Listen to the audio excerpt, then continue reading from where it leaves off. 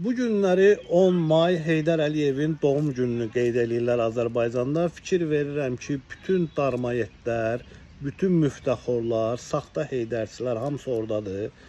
Ən pasledin BMW-lər, Mercedeslər, yalandan gedirlər, gül qoyurlar, əylirlər. And olsun Allah, hamısı saxtakardır. Ən çox Heydər Əliyev Uca Amonun qarşısında dombalan Baş prokuror Kamran Əliyevdir. O qəhbənin balası məni 2 dəfə qəbul edib haqlı sayıb.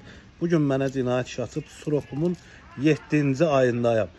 Ehsan belə olar. Heydər Əliyevin Uca Amonun ruhuna Əl-Fatihə samavar çayı, dalınca da bir dənə manqalı xotlayacağıq, bağçadayam. Bəli, bu günləri Azərbaycanda ancaq saxtakarlar, yaltaqlar və məhdaxlar hakimiyyətidir.